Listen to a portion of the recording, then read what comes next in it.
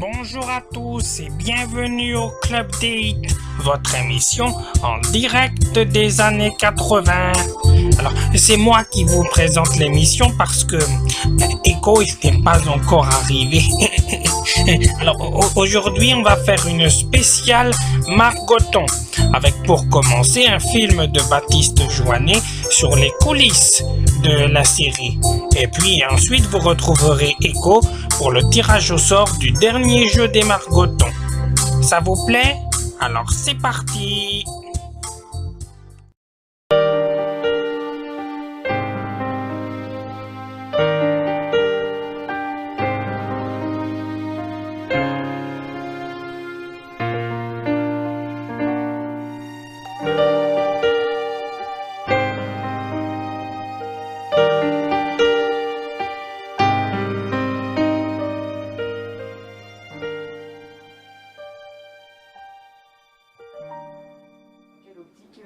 Tu as entrepris l'élaboration de ce dessin animé, de ton projet Bienvenue chez les Margotons.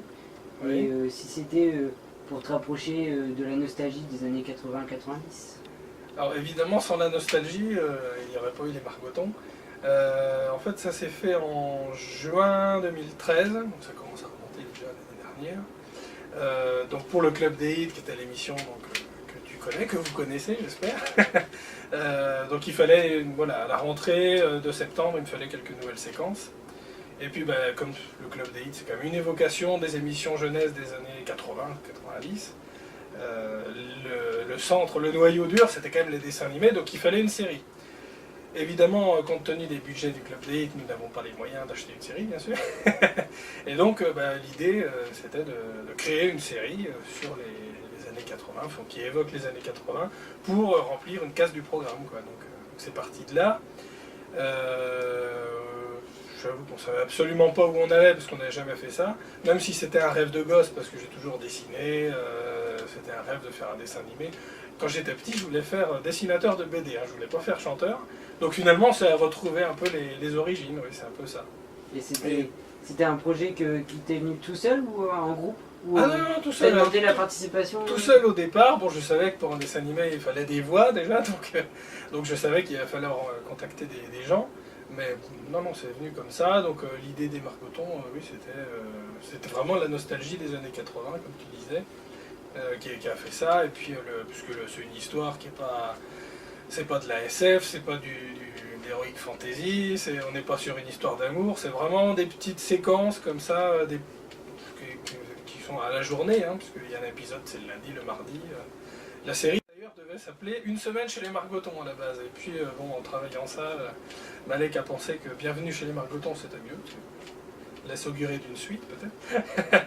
Et donc voilà, c'est venu comme ça.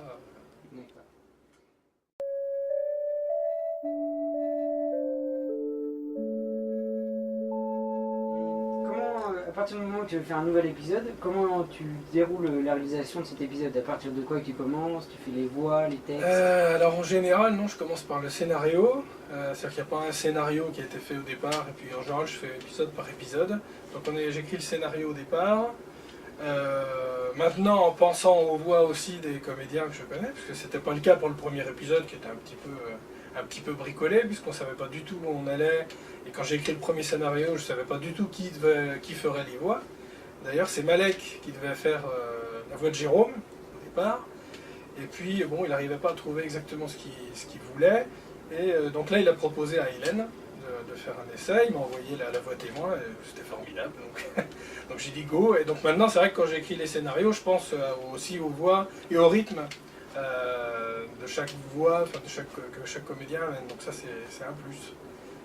Et avec quels moyens tu arrives à réaliser un épisode et quels sont les objectifs? Avec quels moyens? Alors, alors sur la série, je pense qu'on doit avoir un budget global d'environ 200 €. Donc non, s'il avait fallu confier la réalisation de la série, il aurait fallu plus de 3000 €, donc c'était impossible. Surtout que le parti pris, c'était au départ de vraiment de faire la série à l'ancienne, enfin le plus à l'ancienne possible, c'est-à-dire de travailler à la main avec des cellos, avec des décors à la peinture, voilà. Donc toute cette partie-là, la partie dessin, crayonné, réalisation des cellos, mise en couleur, c'est fait vraiment à la main comme on le faisait, comme on devrait le faire encore, je prends des risques, mais comme on devrait le faire aujourd'hui, il me semble. Et voilà, donc c'est ensuite que les images sont scannées, numérisées, et là après Malek travaille sur ordinateur. Donc là effectivement, on fait une concession à la modernité à partir de cette partie-là, mais sinon tout est vraiment pensé à l'ancienne. Pour faire un épisode de Bienvenue chez les Marcotons, il faut déjà créer une famille de personnages. On crée alors des model sheets pour chaque personnage récurrent, avec différentes vues et un code couleur. Ensuite, Echo prend sa plume, enfin, le clavier de son ordinateur, pour inventer l'histoire d'une des journées de Jérôme. On va ensuite créer des décors dans lesquels les personnages vivront. Certains décors sont fictifs, d'autres représentent de vraies vues de ville de Berry. Il faut donc avant tout une documentation solide et parfois un peu d'imagination pour reconstituer un décor d'il y a 25 ans. On commence par dessiner au crayon le décor. Puis, il faut patiemment le peindre, en tenant compte du cadrage et de l'ensoleillement voulu en fonction de l'histoire. Une fois les décors créés, on va reporter sur papier blanc les différentes masses du décor, grâce à une table lumineuse, enfin, d'une fenêtre bien éclairée. On va d'abord dessiner au crayon sur papier blanc les personnages et certains objets, puis les redessiner sur papier transparent à l'aide d'encre noire. Puis arrive la mise en couleur. Cette étape s'appelle le gouachage. C'est l'étape la plus fastidieuse de la partie visuelle. On peint au dos avec des couleurs précises. Une fois le cellulo colorisé, on le pose sur un décor, ou parfois un fond coloré, et on va le scanner et le formater. En amont, il a bien sûr fallu composer des musiques de fond, et un générique. Là, c'est Echo qui s'est mis au clavier pour la série.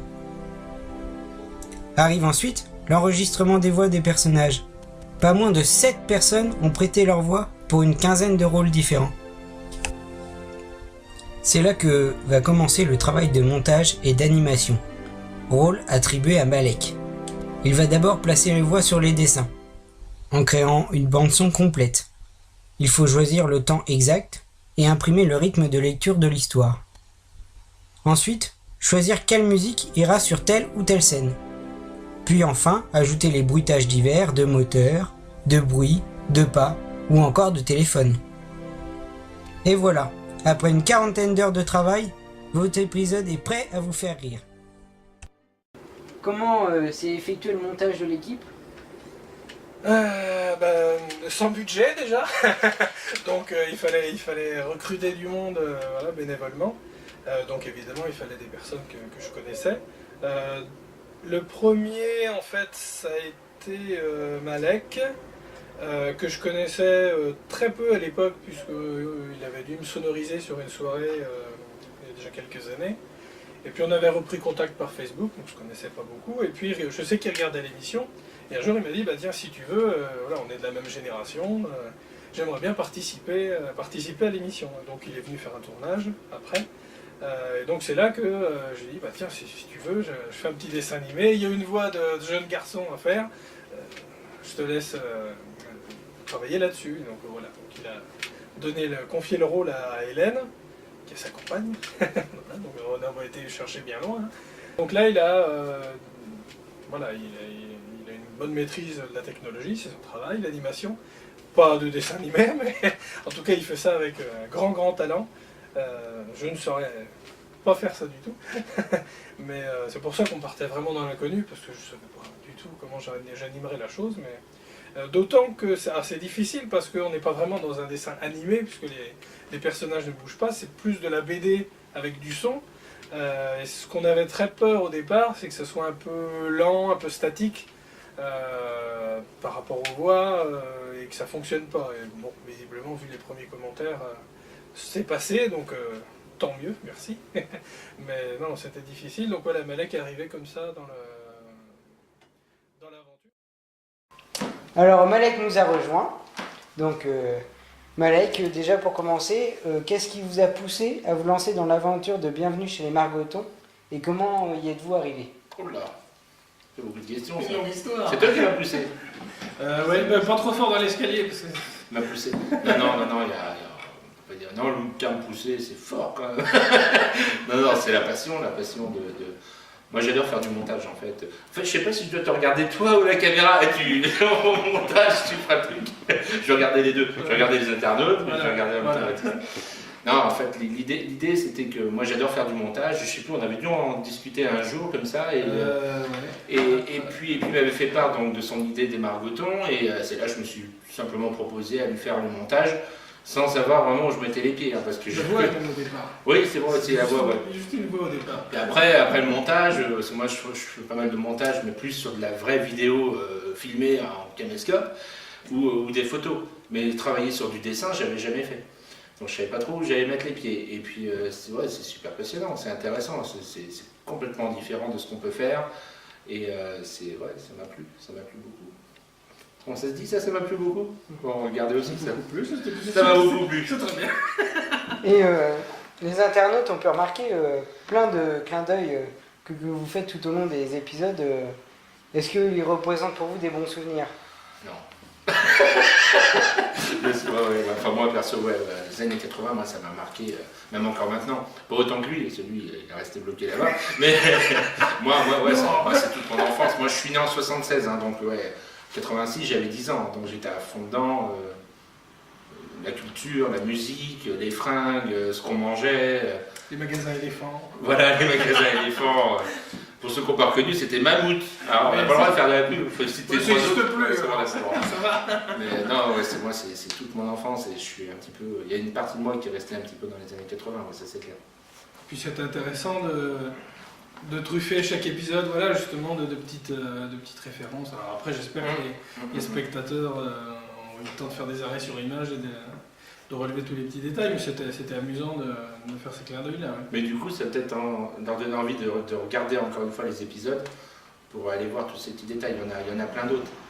Il y a même à un moment donné, dans le numéro 3 ou 4, quand ils sont dans le magasin et qu'ils vont acheter donc, le cadeau d'anniversaire de Jérôme, dans le magasin, on peut voir Echo et Ambroise. Hein. Je ne sais pas si vous l'avez vu. Mais justement, c'est dans l'épisode 4, justement, moi, quand ce petit détail. Vers la minute 9 minutes 45, j'ai noté. Super. On voit le dessin de Echo et Ambroise au fond. Justement, je voulais vous demander si c'était normal. Ah bah oui, mais c'était pas moi chiant. J'étais pas au courant. Tu n'as jamais vu un koala dans un magasin? Non. Il m'a balancé des images, il m'a rien dit. Et quand j'ai fait le montage, mais j'étais mort de rire. J'ai dit mais c'est foutu là, c'est lui. Alors, il y a même, il se reconnaîtra, et on a un très jeune fan du Club des Hits, ça remonte déjà à quelques années, un des plus jeunes, un des plus passionnés des années 80 que je connaisse. Et alors dans le dernier épisode justement sur la route, il est en mobilette et il se reconnaîtra, je pense. Et une petite question, si vous aviez des conseils à donner à Jérôme, Jérôme, ce serait lesquels pour l'avenir, pour la semaine qui suivrait et qu'on ne verrait pas? Tu as dû me la poser hors antenne cette question, je suis pas briefé. Je sais pas, je sais pas, à Jérôme dans les années 80 du coup là. Bah ouais, du coup. De faire gaffe aux 20 ans qui arrivent, ça va être difficile. Bon je vous remercie. Hein. Ah bah de rien. Pour les autres voix et tout. Alors pour les autres voix, je savais que je voulais faire dans un des épisodes une évocation de Récréa 2 du Club Dorothée. Et je me suis dit, il faudrait vraiment qu'on ait un vrai clin d'œil. Et donc ça serait bien d'avoir une vraie voix de l'époque. Et donc là, bon, comme j'ai la chance d'avoir parmi un cercle de bons copains Monsieur François Corbier, je me suis dit, je vais lui demander. Bon, il ne fait plus du tout les choses pour l'enfance ou pour les années 80. On va voir hein, s'il veut bien participer à ce dessin animé, surtout sans budget. Et bon, il a dit oui tout de suite, donc ça c'était formidable. Donc Francis Pardou, c'est vraiment la voix de François Corbier, d'autant plus qu'il a prêté gentiment une de ses chansons courtes, enfin qui est une chanson longue à la base, mais qui est devenue une chanson courte pour la série. Donc je le remercie. Merci François. Le bonhomme s'avance vers mille et un tracas, quand c'est la petite bête qui dirige la grosse. Henri IV disait, Jarnidieu, c'est un os. Dis-moi ce que c'était pour toi, mon DSK. Mais t'as passé toute la journée devant la télé. Bon ben, à demain. Ah, je pense que tout le monde a reconnu le sacré Jérôme. Donc Hélène, alors pour commencer, qu'est-ce qui vous a poussé à vous lancer dans l'aventure de Bienvenue chez les Margotons et comment y êtes-vous arrivé? Donc en fait avec Echo, il nous a proposé de faire donc, les voix de dessins animés. Et il manquait une voix d'un petit garçon, donc il fallait soit un petit garçon pour le faire, soit une fille, parce que c'est vrai que c'est plus facile. Donc on m'a proposé, et puis bah je connaissais pas, donc je me suis dit, oh bah tiens, je vais essayer une ou deux phrases, et puis on verra bien. Et bah en fait, on se prend au jeu, j'ai trouvé ça génial, et je me suis éclatée à le faire, quoi. Voilà. Et justement, c'est pas trop dur pour vous, étant une femme, de faire la voix de Jérôme? Et est-ce que justement, Jérôme vous rappellerait-il des souvenirs des années 80? Oui, il y a certaines choses, effectivement, il y a des souvenirs, vu que c'est ma génération aussi, donc voilà. Difficile, non, parce que les voix d'un petit garçon, ça se rapproche souvent avec les voix féminines, donc en fait, ça n'a pas été si difficile, non, ça a été.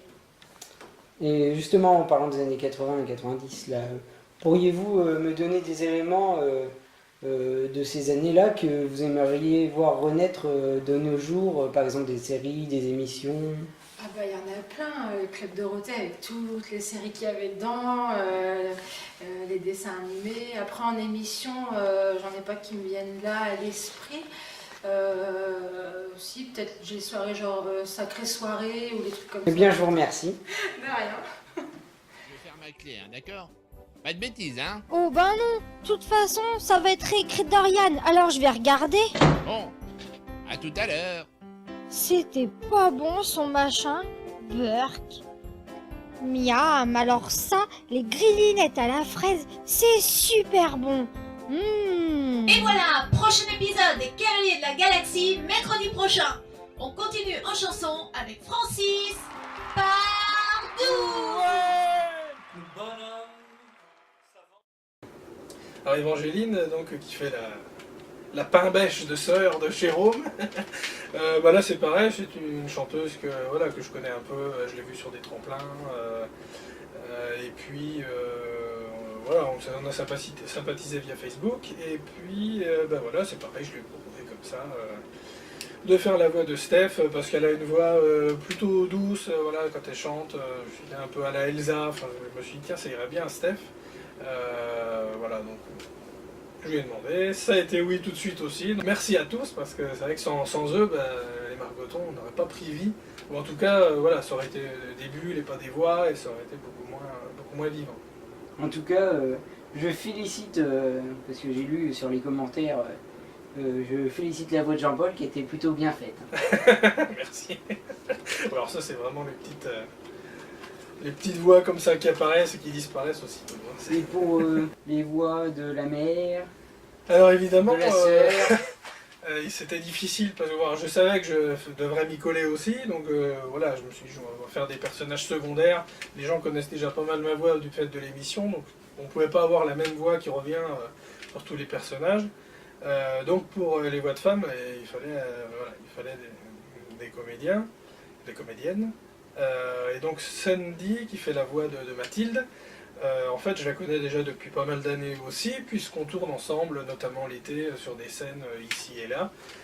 Donc elle est chanteuse, mais elle a fait de la radio il y a quelques temps déjà. Et donc on en discutait un jour en voiture, on revenait d'une soirée, et donc je lui évoque ce projet de dessin animé. Et là elle me dit, bah, si tu veux, je veux bien faire des voix. Donc voilà, comment elle est devenue la voix de Mathilde dans Les Margotons. Eh Steph, tu peux m'en acheter un chewing-gum aussi? Je te rembourserai dans 2 jours, j'ai mon argent de poche. Ouais, c'est bon, hein. Pour un franc, tu parles, je te le paye. Merci, mademoiselle ma sœurette. Elle est sympa, ma frangine. Je l'aime bien dans le fond. Mais c'est quand même une pain-bêche. Alors nous voici avec Steph Margoton, dite Évangéline du coup.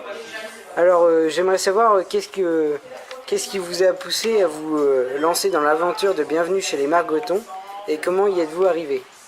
Bah, je connaissais Romain avant, il m'a proposé pour une voix plutôt jeune et j'ai accepté pour lui rendre service. Ils ont les cavaliers de la galaxie. Oh, le cavalier du cyclope, il est super maxi gigabo. Oh bon, vous avez déjà fini? Non, on est venu acheter ton cadeau d'anniversaire. Alors, c'est celui-là que tu veux?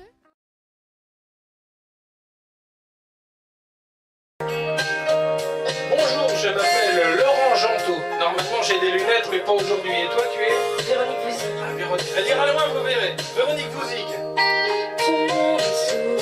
Dernier sourire, premier plaisir, oh, plaisir, plaisir.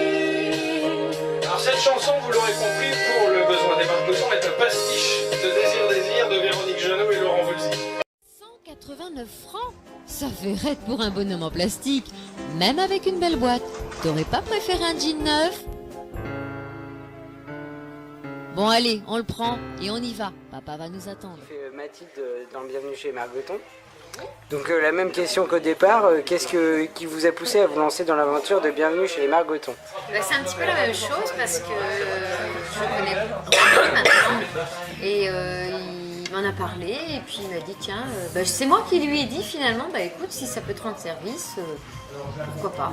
Votre personnage de mère très droite dans l'épisode,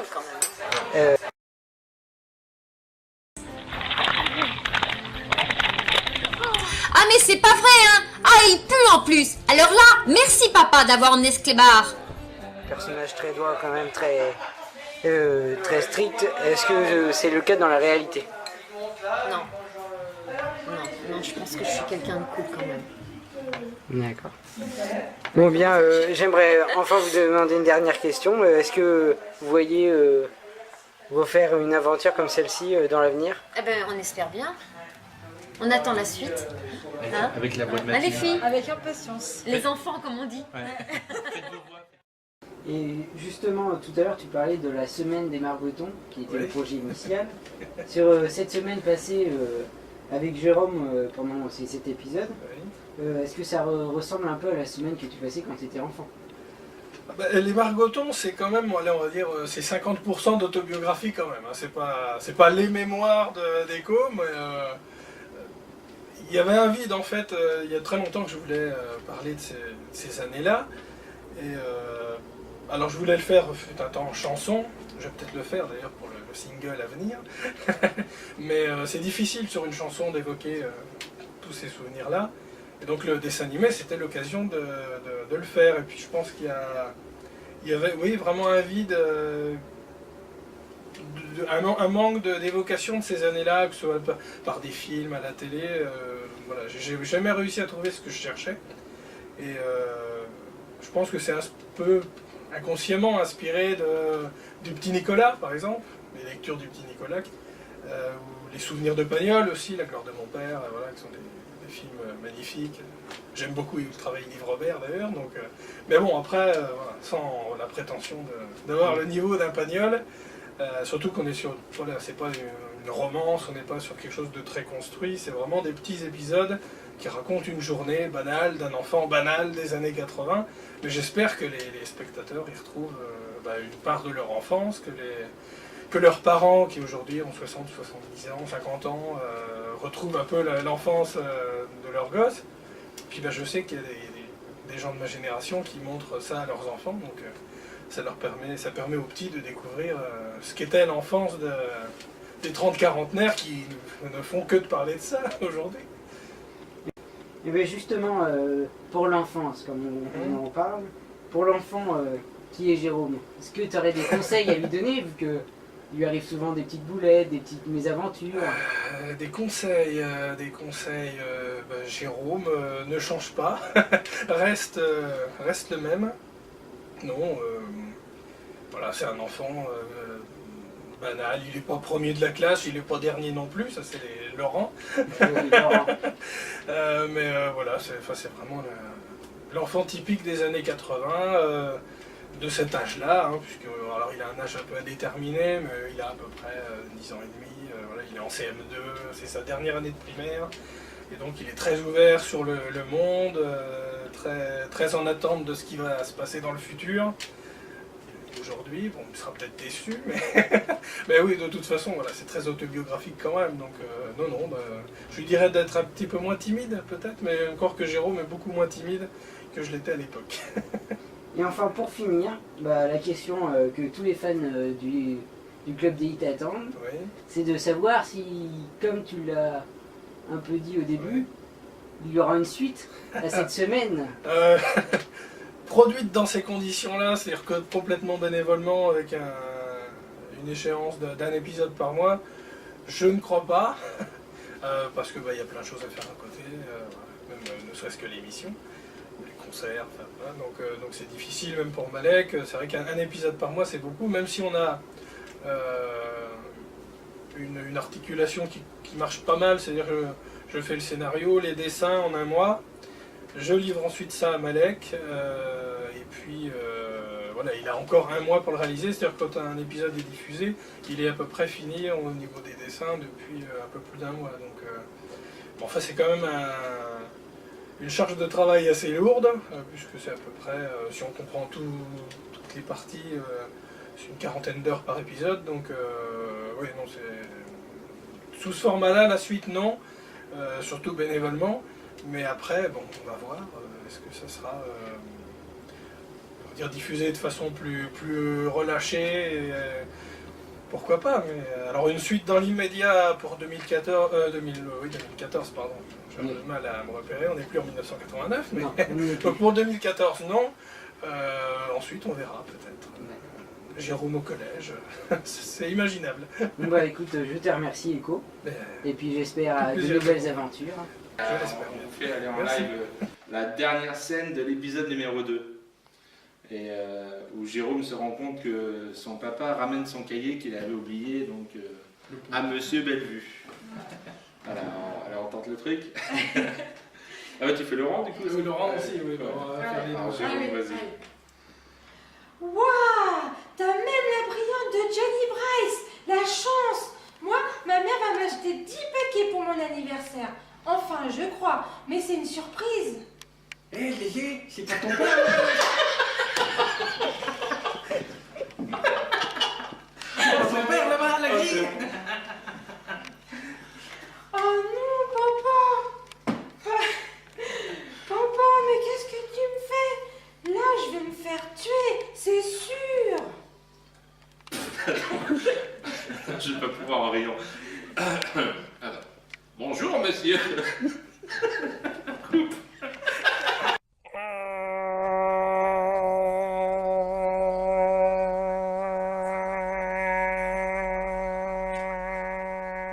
J'y vais. C'est bon, ça tourne? Bonjour monsieur, je suis désolé, je vous ramène le cahier de Jérôme. Il l'avait oublié au pied de son lit, c'était tourdi. Il ne m'a rien dit, ce chenapan. Je vais lui donner, c'est pas bien grave. Bonne journée, monsieur Margoton. Merci bien. C'est quoi ça? Non. Bon ben, à demain. Enfin, si je suis toujours de ce monde. Alors donc je disais, moi je suis la maman, cool. D'ailleurs je les ai emmenés au restaurant. Donc, voici Steph, ma fille, ma grande fille qui râle souvent, mais bon, c'est... Ah bah attends, râle elle pas va ce encore soir, râler. non, là, elle râle pas ce soir. Et Ah, puis, ça commence à bien faire. on a mon petit Jérôme. Oui, c'était super bon, surtout la glace. Et puis, mon mari. Ah, mon bouton d'or, chérie. Mon pounet. Mon bouton d'or, chérie, qu'on s'est connu au barrage de l'Aiguillon. Voilà. Et monsieur Bellevue alors? Et monsieur Bellevue? Jérôme, c'est un élève gentil, sérieux. Tout l'inverse de ce Laurent là que je peux pas encadrer. Je suis désolé pour ses parents, mais c'est comme ça. Vous faites un petit au revoir pour Jérôme et... Bon ben, salut. à demain.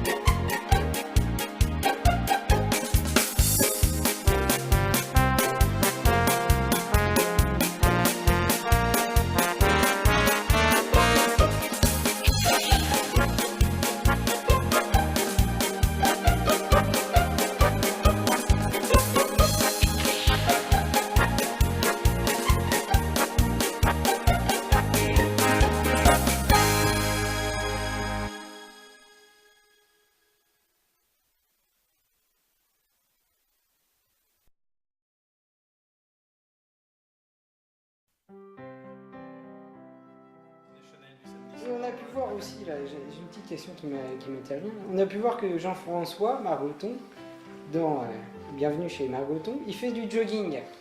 Beaucoup de jogging. Est-ce le cas dans la réalité? Bien sûr. Alors, faut savoir un truc. Ne rigole pas, c'est très déplaisant.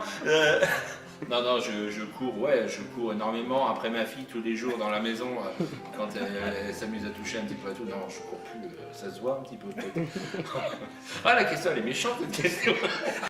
Bonjour. Bonjour. Alors, pour savoir quelle voix vous interprétez, je vais pas recommencer.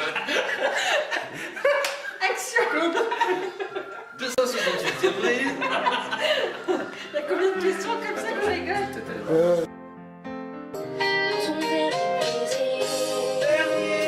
Faut sourire. C'est pas grave, faut tourner. Ah oui, moi les années 80, j'adorais. Perso, Mitterrand quand il est arrivé. On n'est pas obligé de savoir à quelle date a été tourné. Bah, la voix du mort, 6 ans avant ma naissance, je pense que ça m'a fait quelque chose. Moi, ça va être quoi alors?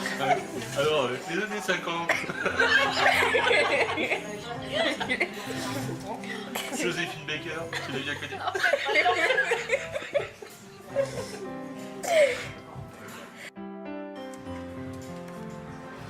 Attends.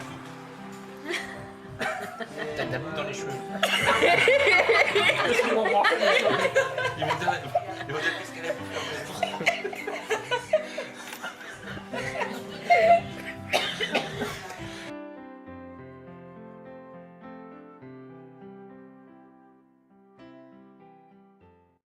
Et bien voilà, c'est fini. J'espère que ce film vous a plu, vous a intéressé, vous a permis de découvrir toutes les coulisses de cette première série d'animation que nous avons pu réaliser, Malek et moi, pour le cadre du Club des Hits. Bienvenue chez les Margotons. Rendez-vous dans un mois avec une nouvelle série qui vous plaira, je l'espère.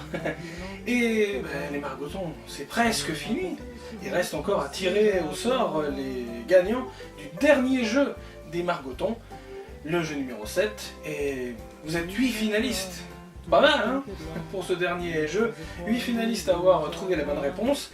Et allez, nous allons être sympathiques, nous allons donner 3 cellulos aujourd'hui, donc 3 gagnants. Je me munis donc de ma petite boîte habituelle, d'accord.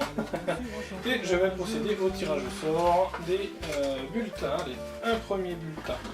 C'est parti. Alors, premier bulletin, nous avons Louise. Donc Louise, bravo à toi, tu remportes donc un cellulo des Margotons. Deuxième bulletin.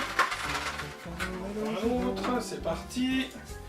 deuxième bulletin a remporté ce cellulo Kia. Donc Kia, bah, bravo à toi. Tu remportes également un cellulo des Margotons. Attention, nous allons attribuer le dernier cellulo pour cette série. Allez, on va remélanger encore très fort, très fort, très fort. Nous avons 6 finalistes qui attendent avec impatience de voir s'ils ont remporté un cellulo. C'est parti, je me munis d'un bulletin et il s'agit de Vladimir. Donc Vladimir, eh bien bravo à toi, tu remportes ce troisième et dernier cellulo du jour, le dernier cellulo des Margotons.